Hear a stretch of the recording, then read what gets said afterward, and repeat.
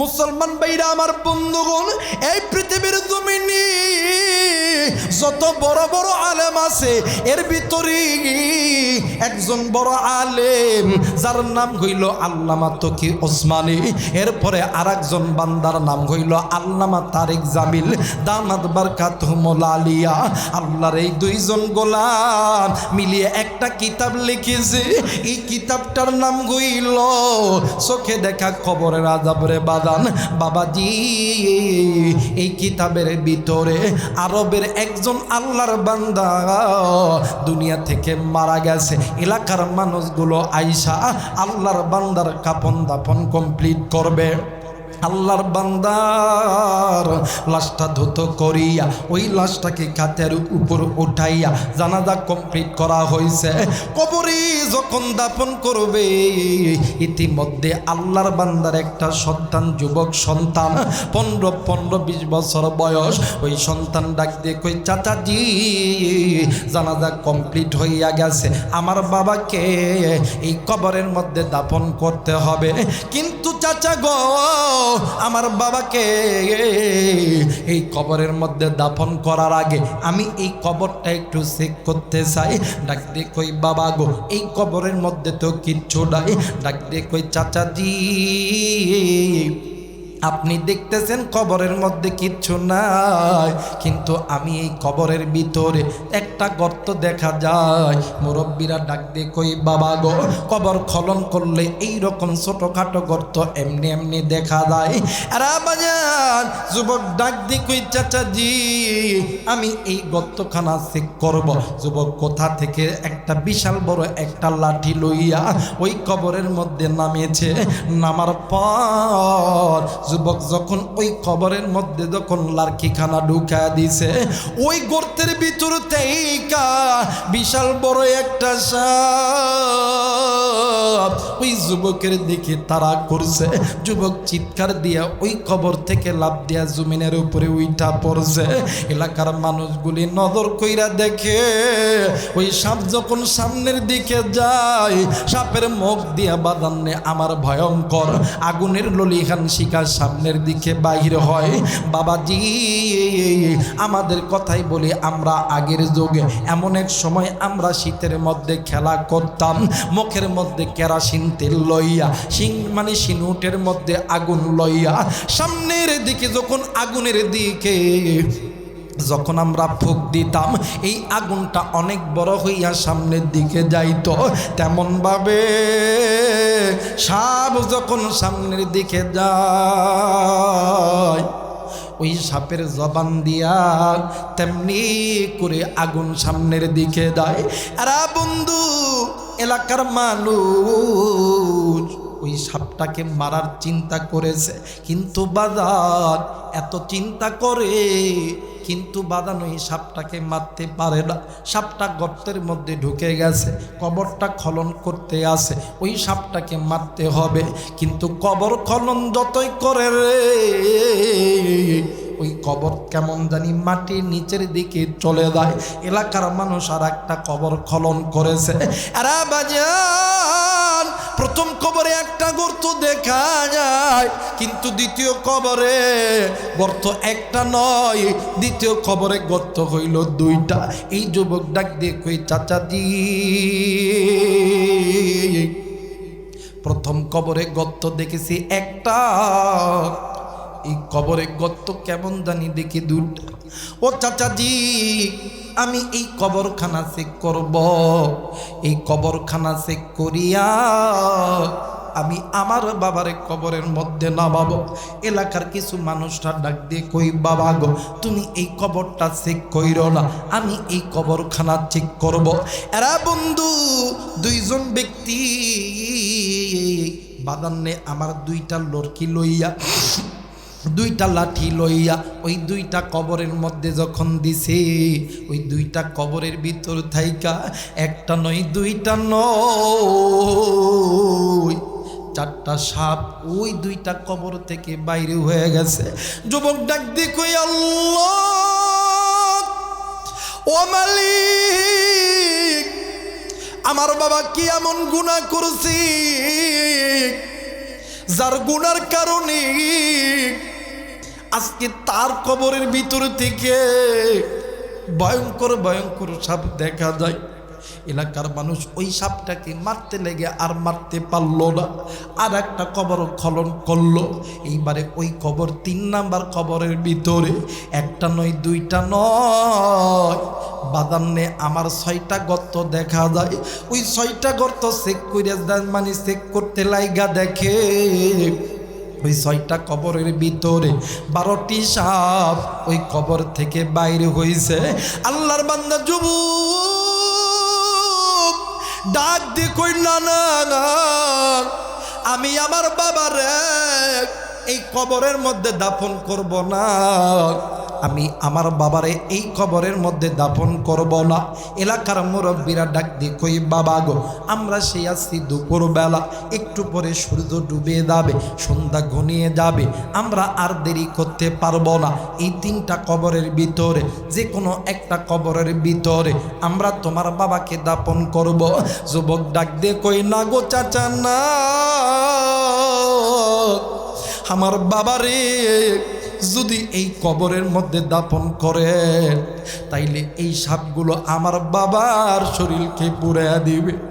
চাচাজি,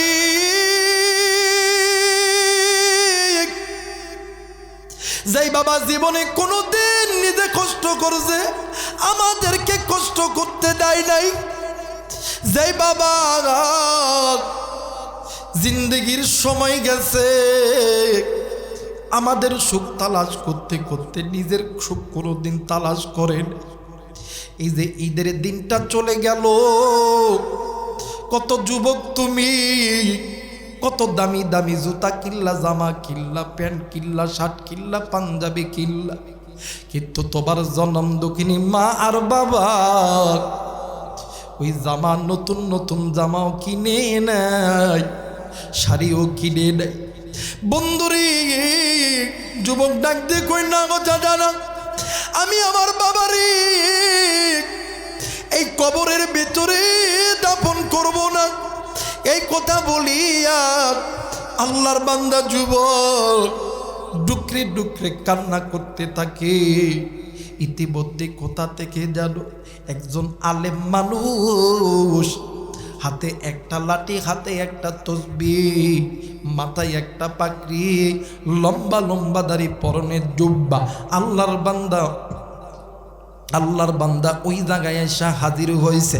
হওয়ার পর আল্লাহর বান্দা আলেম মানুষ ডান হাত দিয়ে ওই যুবকরে জোরে কইরা একটা থাপ্পড় মারছে। থাপ্পড় মারার সঙ্গে সঙ্গে আল্লাহর বান্দা যুবক জমিনের মধ্যে পইরা গেছে। এলাকার মানুষগুলি ডাক দিয়ে কই, হুজুর আপনি কেন এই যুবকটাকে এত জোরে থাপ্পড় মারলেন? হুজুর আপনি জানেননি আল্লাহর বান্দার মা দুনিয়াতে নাই, আজকে তার বাবা মারা গেছে, আল্লাহর বান্দা এতিম। এরপরে আল্লাহর বান্দার বাবার কবরে একটা না, দুইটা না, 3টা কবর খনন করা হয়েছে। এই 3টা কবরের মধ্যে সাপ আর সাপ। আরে বন্ধু, এই কথা যখন এলাকার মানুষ যখন বলেছে, আল্লাহর বান্দা মুরব্বী আলেম ডাক দিয়ে কই, বাবা গো, এর বাবার কবরে সাপ, এর বাবার কবরে ভয়ঙ্কর আযাব, এর জন্য পৃথিবীর কোনো মানুষ দায়ী নয়, এর জন্য দায়ী এই সন্তান। এই সন্তানের গুনাহের কারণে আজকে তার বাবার কবরে জাহান্নাম জ্বলবে, আজকে তার বাবার কবরে সাপ জ্বলবে, আজকে তার বাবার কবরে বিচ্ছু থাকবে। আমি জানি না রে বন্ধু, কোন যুবক তুমি গুনাহ করছো, কোন যুবক তুমি জেনা করছো, কোন মুরব্বী আপনি বেনামাজি হইছ, কে গো বন্ধু তুমি চোখের গুনাহ, কানের গুনাহ করছো, তুমি নফসের গুনাহ করছো। তোমার আমার গুনার কারণে আজকে ওই মা বাবার কবরে জাহান্নাম হইতেছে। বাবাজি গো, আজকে এই জান্নাতের বাগানে আসার সময়, আজকে এই মাদ্রাসার ময়দানে আসার সময়, আমি জানি না রে বন্ধু কোন যুবক তুমি ওই কবরস্থানের দ্বার দিয়ে আইছো? আমি জানি না রে বাবা। কি গো তুমি ওই বাগানের ভিতর দিয়ে আইছো? আমি জানি না রে বন্ধু। কে গো তুমি ওই কবরস্থানের ভিতর দিয়ে আইছো?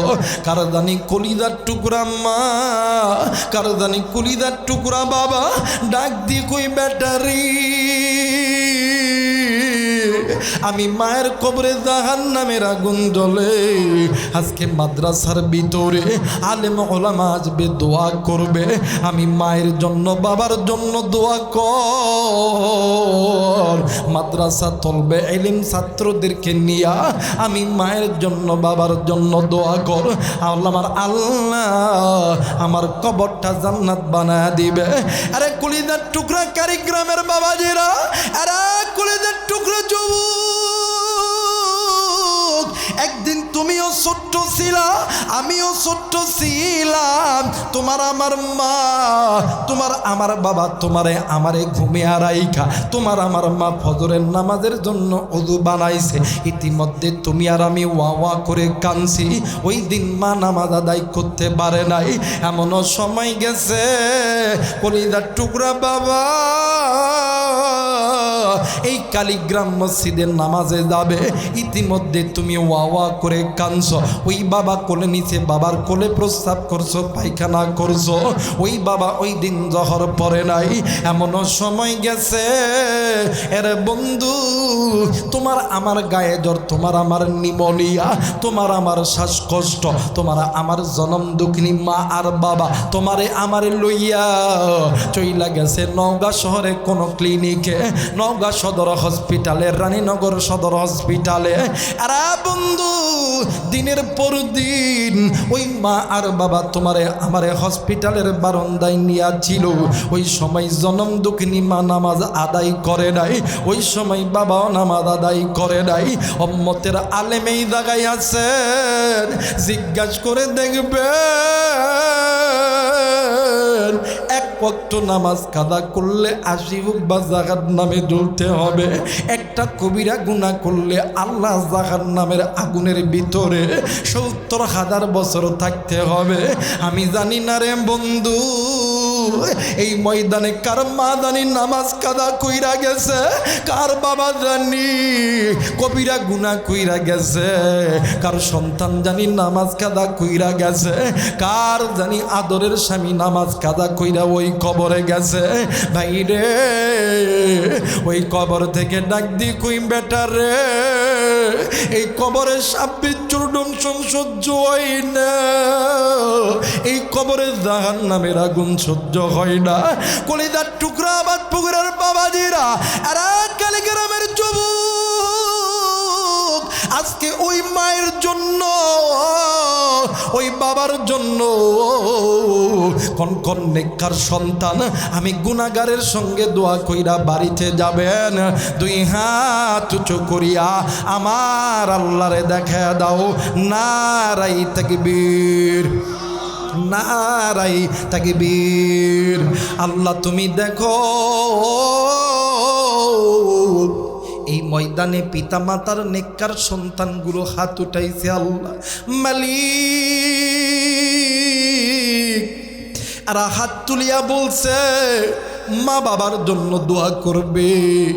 আল্লাহ এই হাত তুমি কবুল আর মঞ্জুর করে আনাও। জোরে জোরে বলেন আমিন।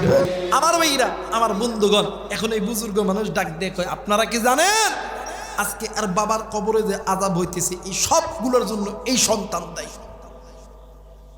এলাকার মানুষ অবাক। এখন মুরব্বী ডাক দেখে শোনেন, আপনারা একটু এখান থেকে সরে যান, আমি ওই যুবকের সঙ্গে একটু কথা বলবো। এবারে আল্লাহর বান্দা বুজুর্গ মানুষ ওই যুবকের সঙ্গে কথা বলতেছিলেন, শাহাদত আঙ্গুলি উঁচু করিয়া এমন করে যখন কথা বলতেছিলেন, কিতাবের লেখক লিখে আল্লাহর বান্দা যুবক জমিনের মধ্যে গড়াগড়ি দিতেছে। দেখবেন অনেক সময় ছোট ছোট বাচ্চারা দেখবেন জমিনে কান্নাকাটি করতে করতে বালুর মধ্যে মাটির মধ্যে গড়াগড়ি দেয়। আছে না বাবা? কথা বলেন আছে না? আমার বেইরা, আমার বন্ধুগণ, এই আল্লাহর বান্দা যুবক ও জমিনের মধ্যে গড়াগড়ি দিতেছে। এক পর্যায়ে আল্লাহর বান্দা যুবক জমিন থেকে লাফ দিয়া উঠিয়া দৌড় দিয়া চলে গেছে ঘরের ভিতরে। ঘরের মধ্যে যাইয়া ঘরের দরজা বন্ধ করছে, জানলাও বন্ধ করছে। এলাকার মানুষগুলো ডাক দেখে, বাবা গো, ও বাবা, তুমি এমন কিছু কইরো না। বাবা, তোমার মা নাই বাপ নাইতে কি হইছে, আমরা তো আসি। বাবা, তুমি নিজের ক্ষতি নিজে করো না। এলাকার মানুষ দরজা ধাক্কায়, এলাকার মানুষগুলো জানলা ধাক্কায়, এলাকার মানুষগুলো এত চেষ্টা করে ঘরের মধ্যে ঢোকার জন্য, কিন্তু পারে না। হঠাৎ করে ওই ঘরের মধ্যে একটা ছিদ্র আছে, এই ছিদ্র দিয়া আল্লাহর একজন বান্দা নজর কইরা দেখে, আল্লাহর বান্দা যুবক ঘরের মধ্যে যাইয়া নিজের ওই বালিযুক্ত কাপড়, মাটিযুক্ত কাপড়গুলো খুলে রাইখা নতুন কাপড় পরিয়া যুবক যাই নামাজ পারাইয়া সেজদার মধ্যে পড়ে গেছে। জোরে বলেন আল্লাহু আকবার। আজকে কোন দুনিয়া তুই আমার এই গুনাহের পিছনে লাগাই? আজকে কোন দুনিয়ার মায়া পাইয়া তুমি আমি গুনাহ করলাম? মুরব্বী, আপনি ভেবেছেন যে আপনি আমি গুনাহ করতেছি, এর দ্বারা আমার আমলটাও খারাপ, কিন্তু না না, আপনাকে আমাকে যে জন্ম দিছে তার কবরেরটাও খারাপ। আমার বেইরা, মা বাবা কোনোদিন চায় না সন্তান খারাপ হোক, মা বাবা কোনোদিন চায় না সন্তান চোর হোক, মা বাবা কোনোদিন চায় না সন্তান ডাকাত হোক। কথা বলেন ঠিক কিনা? কারণ মা বাবা সবসময় চায় সন্তান ভালো হোক, সন্তান ভালো হোক, সন্তান ভালো হোক। কিন্তু আমার বাংলাদেশে কিছু কিছু সন্তান আছে, ওই মা বাবা সন্তানকে ভালো করে, সন্তানকে আর্মি বানায়, পুলিশ বানায়, বিডিআর বানায়, র্যাব বানায়, আর্মি বানায়, পুলিশ বানায়, বিডিআর বানায়। কিন্তু মা বাবা যখন বৃদ্ধ হয়ে যায়, এই সুসন্তানগুলো মা বাবার চেহারার দিকে লক্ষ্য দেয়? কথা বলেন, লক্ষ্য দেয় না? আমার বেইরা, আমার বন্ধুগণ, মা বাবা যেমন কোনোদিন চায় না সন্তান খারাপ হোক, মা বাবা সব সময় চায় সন্তান ভালো হোক, তেমনি করে সন্তান আপনার আমারও গুরুত্ব দেওয়া দরকার। মা বাবা যাতে কষ্ট পায় এমন কোনো কাজ আপনার আমার না করা। কথা বলেন ঠিক কিনা? কিন্তু এই কাজ বর্তমান সমাজে আমার বাংলাদেশে যুবক ভাইরা বেশি করে। দেখবেন আমার ভাইরা, আমার বাংলাদেশে বর্তমান সময়ে কিছু কিছু যুবকরা আছে, দেখবেন মা বাপরে সালাম দেয় না। কথা বলে কে? জোরে কর। মা বাপরে সালাম দেয় না, জীবনেও না। কিন্তু নতুন বিয়া করছে, শ্বশুরে ফোন দেয় ঈদের দিন, আব্বা আসসালামু আলাইকুম। কথা কয় না রে? শ্বশুর আম্মাকে ফোন দিয়ে ডাক দিয়ে, আম্মা আসসালামু আলাইকুম, আসসালামু আলাইকুম, আসসালামু আলাইকুম। কিন্তু ঘরের মধ্যে মা আর বাবা আছে, একটাবার বলে না আব্বা আসসালামু আলাইকুম, আম্মা আসসালামু আলাইকুম, আপনারা কেমন আছেন? আহারে, যে মা বাবা তোরে আমারে 10 মাস 10 দিন পেটের মধ্যে রাখলো, যে মা বাবা প্রসবের যন্ত্রণায় কত রক্তক্ষরণ করলো, যেই মা বাবা নিজে না খাইয়া তোমারে আমারে বড় বানাইলো, আজকে ওই মা বাবা তোমারে আমারে বড় বানাইলো, ওই মা বাবার খবর নেওয়ার মতন সময় আপনি আমি সন্তান মানে আপনার আমার কপালে জুটে না। কথা বলেন ঠিক কিনা? কিন্তু ওই মা বাবার খোঁজ খবর নেওয়া, ওই মা বাবাকে মোহাব্বত করা, ওই মা বাবার খেদমত করা, এইটাও কিন্তু ইবাদত। শুধুমাত্র ইবাদত না, নামাজ যেমন ফরজ, হজ যেমন ফরজ, যাকাত যেমন ফরজ, মা বাবার খেদমত করাটাও। কথা বলেন, মা বাবার খেদমত করাটাও। আল্লাহর কোরআন বলেন, ওয়াকাদা রাব্বুকা আল্লা তা'বুদু ইল্লা ইয়াহু ওয়া বিল ওয়ালিদাইনি ইহসানা। আমি আল্লাহর অনুগত্য ইবাদত করার পরে তোমার পিতামাতার প্রতি ইহসান করো, দয়া করো, মায়া করো। কথাটি বুঝে থাকলে জবাব দিবেন, নির্দেশ কার? আরেকবার বলেন, নির্দেশ কার? আল্লাহ। কিন্তু আফসোস, আমাদের দেশে কিছু কিছু যুবক আছে, ওই মা বাবার খেদমত করে না, শ্বশুর শাশুড়ির খেদমত করে। আমি কি বানায় বলতেছি? কথা বলেন, বানায় বলতেছি? আমাদের এই আবাদপুকুর এলাকায় ধান তো হয় না, কি কোন ধানের জন্য তো বিখ্যাত। দেখবেন এই ধান যারা আমরা লাগাই, দেখবেন ধানের জমির মধ্যে দেখবেন ইউরিয়া দেয়, ডিএপি টিএসপি দেয় না বাবা? আমরা কতক্ষণে দেয় না? এখন আবাদপুকুর কালীগ্রামের কিছু যুবকরা নিয়ত করছে যে এরা ধান লাগাবে না, এরা লাগাবে হাইব্রিড ঘাস আছে না বাবা? কথা হয় না? হাইব্রিড ঘাস আছে না, এই ঘাস লাগাইছে, এরা এখন কয় প্রত্যেক বছর এই চৈত্র মাসে আসলে ঝড় হয়, এই জন্য আমরা ধানের মধ্যে আর ইউরিয়া পটাশ টটাশ এগুলো দেবো না, এই ঘাসও দেব। এরা নিয়ত করছে এই ঘাসের মধ্যে ইউরিয়া টিএসপি ডিএসপি দেওয়ার পরে এই মসজিদের মধ্যে জিকির করতেছে আল্লাহ ধান দেন, ধান দেন, ধান দেন, ধান দেন, ধান দেন। ধান হবে? কথা কয় না, জোরে কোন ধান হবে? ধান হবে না ভাইরে। ধানের জমি ছাড়া ঘাসের জমি যেমন ইউরিয়া টিএসপি ডিএসপি দিলে যেমন ধান হয় না, তেমনি ভাবে মা বাবার খেদমত ছাড়া শ্বশুর শাশুড়ির খেদমত করলে আল্লাহর জান্নাতও পাওয়া যায়। কারণ হুমা নারুকা হুমা জান্নাতুকা, ওই মা বাবা তোর জান্নাত, ওই মা বাবা তোর জন্য জাহান্নাম। তুমি জানো না আল্লাহ এবং আল্লাহ নবীর পরে সবচেয়ে দামি সম্পদ হইল মা আর বাবা। এখানে অনেক মুরব্বী আছেন, অনেক ব্যবসায়িক, অনেক ডাক্তার, অনেক ইঞ্জিনিয়ার, চাকরিজীবী থাকতে পারে, ভ্যান চালক, রিক্সা চালক, কৃষক থাকতে পারেন। আমরা অনেক সময় আলেম ওলামার কাছে দোয়া নেই যে হুজুর একটু দোয়া করেন আল্লাহ যাতে ব্যবসার মধ্যে বরকত দেয়। দোয়া চাই না? চাইতো নাকি গন? শুক্রবার দিন হুজুর একটু মিলাদ টিলাদ পরে না দোয়া করেন আমার বেটা, হুজুর আমি না বিদেশ যাও, হুজুর আমি না ব্যবসা করিতে, হুজুর দোয়া করেন। দোয়া চাই না বাবা? আমার সঙ্গে কথা বলেন তো, দোয়া চাই না? এই ভাইয়া, আলেমরা দোয়া করলে আলেমদের দোয়া কবুল, নিঃসন্দেহে আলেমদের দোয়া কবুল। কিন্তু আলেমদের দোয়ার আগে আসমানের নিচে জমিনের উপরে দুইজন ব্যক্তির দোয়া কবুল। কলিজার টুকরা যুবক, কলিজার টুকরা মুরব্বী, কলিজার টুকরা যুবতী বোন, কলিজার টুকরা মা। কেমনি করে বুঝাইলে বুঝবো? বুঝবেন কিভাবে বুঝাইলে বুঝবেন? আমার কাছে তো এলিমও নাই, আমলও নাই। আমি এলিমের দিক দিয়ে ছোট, বয়সের দিক দিয়ে ছোট, আমলের দিক দিয়ে ছোট। কেমনে করে বুঝামো ওই মা আর বাবার দোয়া 100% আল্লাহর দরবারে কবুল?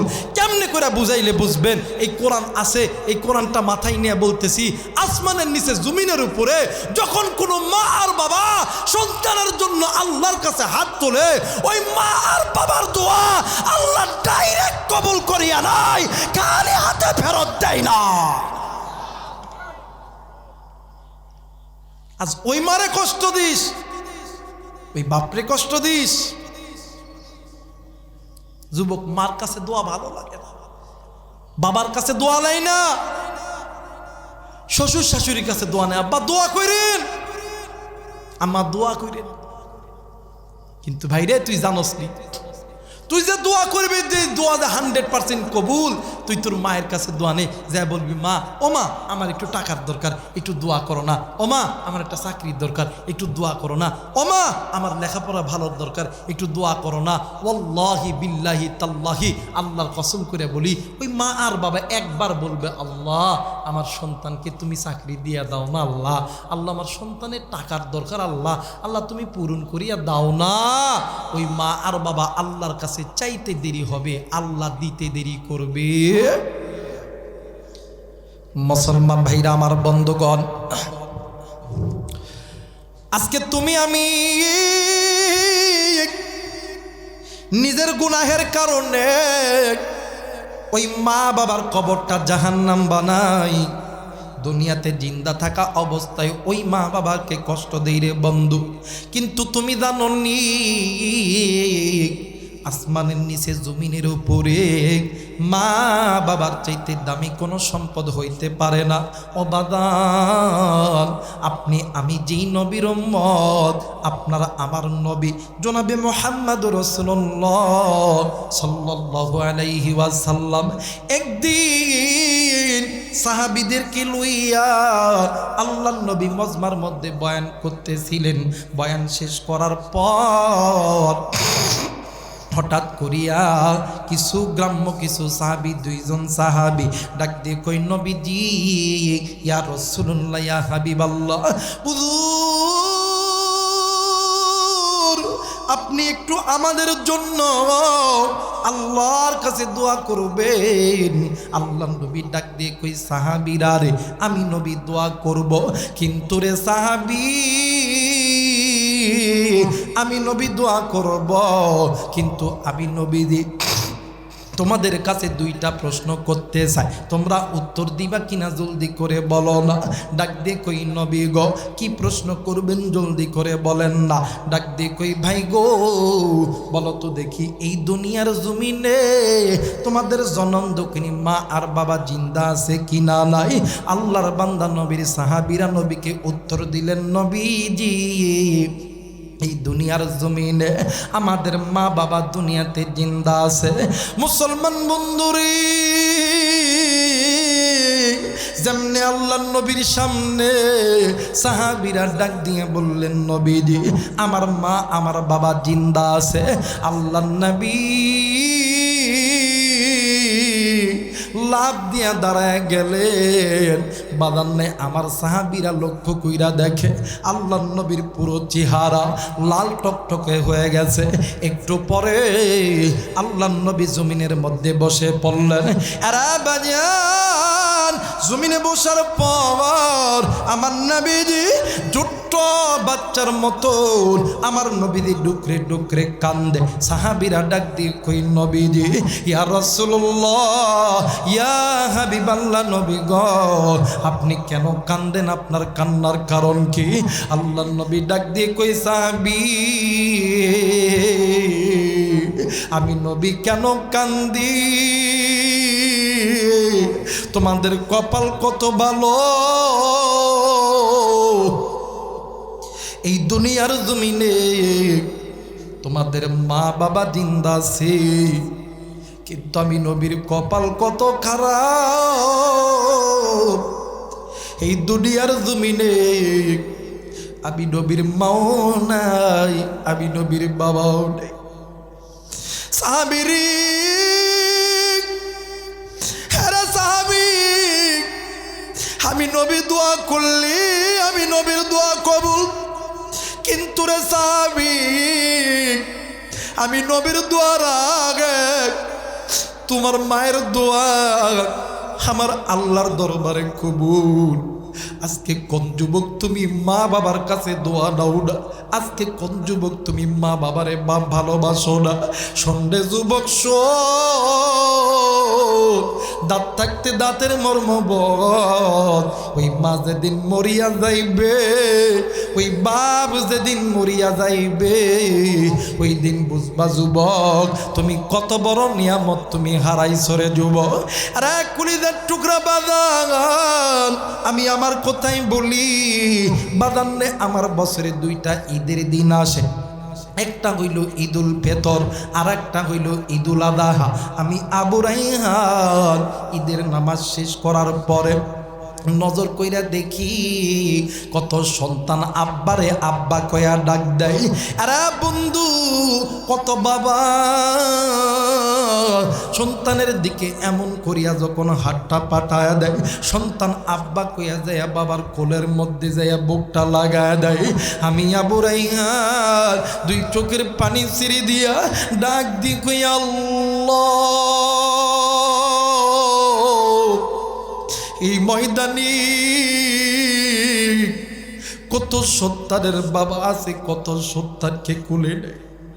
আমি আবু রাইহানের বাবা নাই, কে কারে আমি আব্বা কয়ে ডাকবো, কে আমারে কোলে নিবে? মুসলমান বন্ধুরে, এই তো রোজার ঈদ চলে গেল। ঈদের নামাজ শেষ করার পরে যখন বাড়ির দিকে রওনা নেব, হঠাৎ করে ঈদগাহ ময়দানে একটা যুবক সন্তান ডুকরি ডুকরি কান্দে। আবার প্রতি বছর আমার একটা নিয়ম হইল, নতুন কিছু টাকা লইয়া অত্র এলাকার ছোট ছোট বাচ্চাদেরকে দিই, যাতে করে বাচ্চারা খুশি হয়। আমি নজর কইরা দেখি একটা সন্তান ঈদগাহ ময়দানে বসে আছে। আমি ডাক দিয়ে কইলাম, বাবা গো, এই নাও আমার পক্ষ থেকে তোমার জন্য কিছু হাদিয়া। আল্লাহর বান্দা কোনো কথা বলে না, খালি ডুকরে ডুকরে কান্দে। আমি ডাকতে কইলাম বাবা গো তোমারে কেউ মেরেছে নাকি, তোমারে কেউ গালি দিয়েছে নাকি? আল্লাহর বান্দা যুবক কিছুই বলে না। আমি ডাক দিয়ে কইলাম বাবা গো চলো তুমি আমার সঙ্গে বাড়িতে চলো। আর ডাক দিয়ে কই হুজুর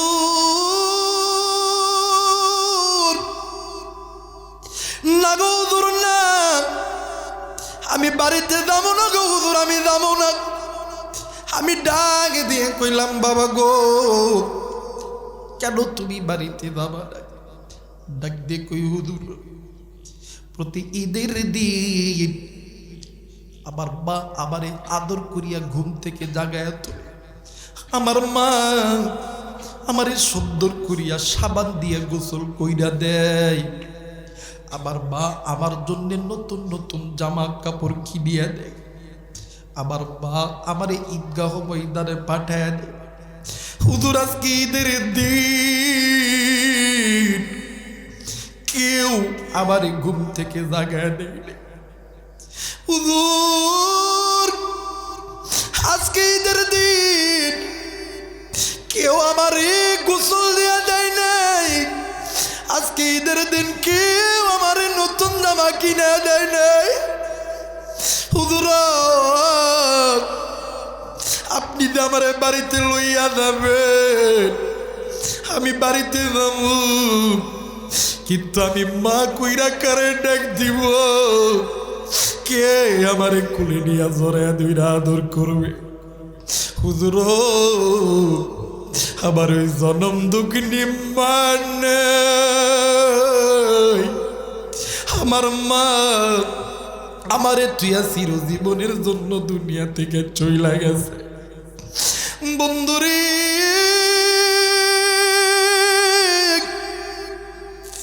আমি আমার আল্লাহর ডাক দিয়ে কইলাম আল্লাহ তোমার দরবারে কেমনে করে কই গো আল্লাহ, এই দুনিয়ার জমিনে যেই সন্তানের বাবা নেই, যেই সন্তানের মা নেই, ওই সন্তানের মতো নেতিবার কেউ নেই। আমি জানি না রে বন্ধু এই ময়দানে কারো জানি মা নেই, কারো জানি বাবা নেই। কে গো বন্ধু ঈদের দিন জনম দুঃখিনী মায়ের সঙ্গে তুমি খানা খাইতে পারো নাই? আমি জানি না রে বন্ধু কোন ভাইয়া তুমি ঈদের দিন বাবার সঙ্গে খানা খাইতে পারো নাই। তুমি আমি যেমন মা নাই বাবা নাই রে, তোমার আমার নবীরও কিন্তু মাও ছিল না বাবাও ছিল না, এরপরেও আমার নবীজি মায়ের কথা মনে হইলে বাবার কথা মনে হইলে ডুকরে ডুকরে কান্ত। আজকে যুবক তোমার মায়ের কবরে জাহান্নামের আগুন জ্বলে, তোমার বাবার কবরে জাহান্নামের আগুন জ্বলে। একটা বার চিৎকার কইরা মায়া কইরা ডাক দেন না, বলেন না আল্লাহ, আর একবার বলেন না আল্লাহ। হয় নাই এতগুলো মানুষের মুখে কেন আল্লাহর নামের মধু নাই? মায়া কইরা ডাক দেন না, বলেন না আল্লাহ। হয় নাই ডাক দেন না, বলেন না আল্লাহ। আল্লাহ গো তুমি নজর কইরা দেখো আমাদের গুনাহের কারণে জনম দুঃখিনী মায়ের কবরে বাবার কবরে জাহান্নামের আগুন জ্বালায় ওঠে। ও গো মালিক আমাদের গুনাহের কারণে আল্লাহ ওই মা বাবার কবরটা জাহান্নামে জ্বলায় ওঠে। আল্লাহ তুমি আমার মা বাবার কবরের আযাবগুলোকে আল্লাহ তুমি মাফ করে দাও। জোরে জোরে বলেন আল্লাহুম্মা আমিন, আর একবার বলেন আল্লাহুম্মা আমিন। মুসলমান বাবাজি ওই মা বাবা কবরে ওই মা বাবার জন্য দোয়া করতে কোন কোন নেককার সন্তান রাজি আছেন? আমি দেখেছি মায়ের কথা শুনে অনেক মুরব্বী কেঁদেছেন, অনেক যুবকের চোখের কোনায় পানি টলমল করতেছেন। আরে ভাইয়া, আপনি ইচ্ছা করে কাঁদতে পারবেন না, আপনি কোটি টাকার মানুষ হইতে পারেন, আপনি ইচ্ছা করে কান্না করতে পারবেন না। যার অন্তরের ভিতরে আমার আল্লাহর প্রেম ভালোবাসা আছে, নবীর প্রেম ভালোবাসা আছে, মা বাবার প্রেম ভালোবাসা আছে, এরাই তো কানবে, এরাই তো কানবে রে বন্ধু। আমি আবারও জানতে চাই, ওই মা বাবার জন্য আমি গুনাহগারের সঙ্গে এই মাদ্রাসার ময়দান থেকে, জান্নাতের বাগান থেকে কে কে দোয়া কইরা বাড়িতে যাবেন? দুই হাত উঁচু করিয়া আমার আল্লাহরে দেখায়া দেন। নারাই তাকবীর, নারাই তাকবীর, নারাই তাকবীর। আমার বন্ধুগণ, মনে আছে কিনা জানি না,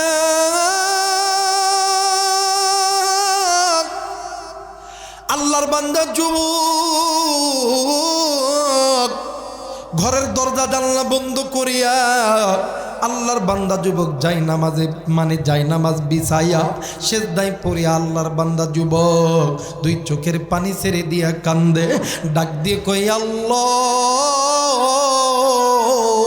আমি গুনাহ করছি, আল্লাহ আমার গুনাহের কারণে আল্লাহ তুমি আমার মা বাবার খবরটা জাহান্নামের আগুনে জ্বালায় না গো আল্লাহ। আল্লাহ গো, ও গো মালিক, তোমার দরবারে বলতেছি আল্লাহ, আল্লাহ আর কোনো দিন গুনাহ করব না, আল্লাহ আর কোনো দিন গুনাহ করব না। ও গো মালিক, আমার গুনাহের কারণে আল্লাহ তুমি আমার বাবার কবরে আযাবগুলো মাফ করে দাও। যুবক আল্লাহর বান্দা যুবক সেজদায় পড়ে ডাক দিয়ে কই, আল্লাহ তোমার কাছে যখনই কোনো বান্দা তওবা করে, যখন কোনো বান্দা তুমি আল্লাহর কাছে মাফ চাই, তুমি আল্লাহ বলেছ ইয়া আইয়ুহাল্লাযীনা আমানু তুবু ইলাল্লাহি তাওবাতান নাসুহা। আল্লাহ তোমার কাছে তোমার ইমানদার বান্দা যদি মাফ চায়, তুমি আল্লাহ নাকি চুপ করে বসে থাকতে পারো না? ও গো মালিক, জীবনে যত গুনাহ করছি আর গুনাহ করব না, আর গুনাহ করব না, আল্লাহ তুমি আমারে মাফ করিয়া দাও। এই জায়গায় অনেক যুবক ভাইরা আছো, অনেক কলিজার টুকরা যুবতী বোন আছো, অনেক কলিজার টুকরা মা আছো, অনেক কলিজার টুকরা বাবা আছো। আমি জানি না রে বন্ধু, এই ময়দানে কি কোন গুনাহ করিয়া বসেছ, বাইরে জানি না কার পিছনে জানি মালাকুল মউত দাঁড়ায় আছে, কার জানি আজকের এই বয়ান জীবনের শেষ বয়ান হইতে পারে। হায়াত থাকলে তুমিও বাড়িতে যাইতে পারো, হায়াত থাকলে আমিও বাড়িতে যাইতে পারি। বন্ধুরে আমার নবী বলেন, উম্মত কেউ যদি জাহান্নামের আগুন থেকে বাঁচতে চায়, ওই বান্দা যাতে মৃত্যুর কথা বেশি বেশি স্মরণ করে। এই জন্য বাজার এই জায়গায় অনেক যুবক আসো, অনেক কলিদার টুকরা বাবাজি আসো, পায়ে হাত দিয়ে বলতেছি, হাত জোর করে বলতেছি রে বাবা, একটা মিনিটের জন্য চক্ষুটা বন্ধ করবেন, কেউ কারো দিকে তাকাইবেন না প্লিজ বাজান, হাত জোর করে বলতেছি যুবক ভাইরা আর এক কলিদার টুকরা মুরব্বি, একটা মিনিট চক্ষুটা বন্ধ করবেন। যে যেখানে আছেন, যারা দাঁড়িয়ে আছেন দাঁড়িয়ে থাকবেন, যারা বসে আছেন বসে থাকবেন, যে যেই জায়গায় আছেন চক্ষুটা বন্ধ করেন। আর মনে বোঝাও মন, এখন তো আমার চোখ বন্ধ, এই মুহূর্তে যদি আমার মালিকুল মউত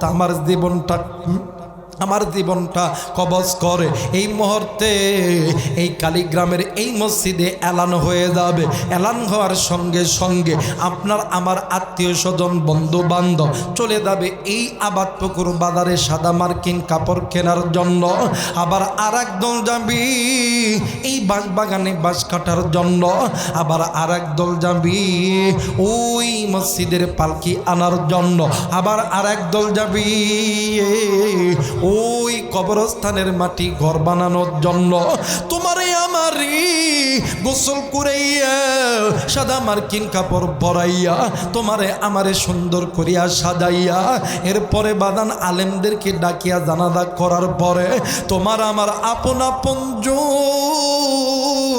তোমার আমার বন্ধু বান্ধব, তোমার আমার পালকিখানা লইয়া ওই কবরের দিকে যাবে। ওই কবরের ভিতরে 2 থেকে 3 ব্যক্তি নামবে। তোমার আমার লাশটা রাখিয়া তারা যখন এক এক করে উঠিয়ে আসবে, তোমার আমার রঘু ডাক দিয়ে কইব আল্লাহ, এরা আমারে কই রাইখা গেল, এরা জানে না আমি অন্ধকার ঘরে একা একা থাকতে পারি না। এরা কই রাইখা গেল যে ঘরের মধ্যে কোনো জানলা নেই, যেই ঘরের মধ্যে কোনো দরজা নেই। আজকে কই কই, আজকে আমার দলের মানুষ কই, আজকে আমার বন্ধু বান্ধব কই, আজকে আমার স্ত্রী সন্তান কই। এরা কি জানে না আমি এসি ছাড়া ঘরে থাকতে পারি না। এরাই আমারে কই রাইখা গেল যেই ঘরের মধ্যে কোনো ফ্যান নেই, যেই ঘরের মধ্যে কোনো এসি নেই। বাইরে ওই কবর বাদান নেই, আমার ডানে মাটি সামনে মাটি পিছনে মাটি। ওই কবরে যদি গুনাহ চাইরা যাও, ওই কবর তোমার আমার জন্য জান্নাত। আর যদি ওই কবরে যদি গুনাহ লইয়া দাও, ওই কবরের 2 দিকের মাটি এত জোরে চাপ দিবি তোমার আমার হাড্ডি মাংসগুলি একত্রিত হয়ে যাবে। এই জন্য আল্লাহর বান্দা যুবক ডাক দেখো, আল্লাহ তোমার দরবারে বলতেছি, ওগো মালিক, আমি যেই গুনাহ করছি আল্লাহ আমি আর কোনোদিন গুনাহ করব না। আল্লাহ তুমি আমারে মাফ করিয়া দাও, আল্লাহ তুমি আমারে মাফ করিয়া দাও। আল্লাহ তুমি আমার গুনাহ মাফ করিয়া আমার বাবার কবরটা আল্লাহ তুমি মাফ করিয়া দাও। আরে বন্ধু, কিতাবের লেখক লিখেছে সন্তান তওবা করছে, আল্লাহ তওবাকে মাফ করে মানে তওবা কবুল করছে। আল্লাহ সন্তানের গুনাহকে মাফ করিয়া আল্লাহ বাবার কবরটা জান্নাত বানায়া দিছে। জোরে বলেন আল্লাহু আকবার। আর একবার বলেন আল্লাহু আকবার। এই জন্য বলতেছি রে মুসলমান বাবা, এই জায়গায় অনেক যুবক আছে রে ভাইয়া, যুবক রে তোমার আমার মা তোমারে আমারই কষ্ট করিয়া মানুষ করছে। ওই মা বাবার জন্য তুমি আমি নামাজ যখন না পড়ি, তুমি আমি রোজা যখন না করি, তুমি আমি যখন ইসলাম না মানি, তুমি আমি যখন কোরআন না মানি, তুমি আমি যখন হারাম খাই, তুমি আমি যখন চোখের গুনাহ করি, তুমি আমি যখন জবানের গুনাহ করি, তুমি আমি যখন পায়ের গুনাহ করি, ওই মা বাবার কবরে আযাব চলে। এই কারণে হাতে ধরে বলে যায় নিজে গুনাহ থেকে বাঁচবো, নিজের মা বাবাদেরকে বাঁচাবো, নিজের পাড়া প্রতিবেশীদেরকে বাঁচাবো। বাঁচাবো কেমনে? 1 নাম্বার আল্লাহর কোরআনুল কারীমের শিক্ষার মাধ্যমে। সকলেই বলেন ইনশাআল্লাহ। আল্লাহ কবুল করে নাও। জোরে জোরে বলেন আল্লাহুম্মা আমিন।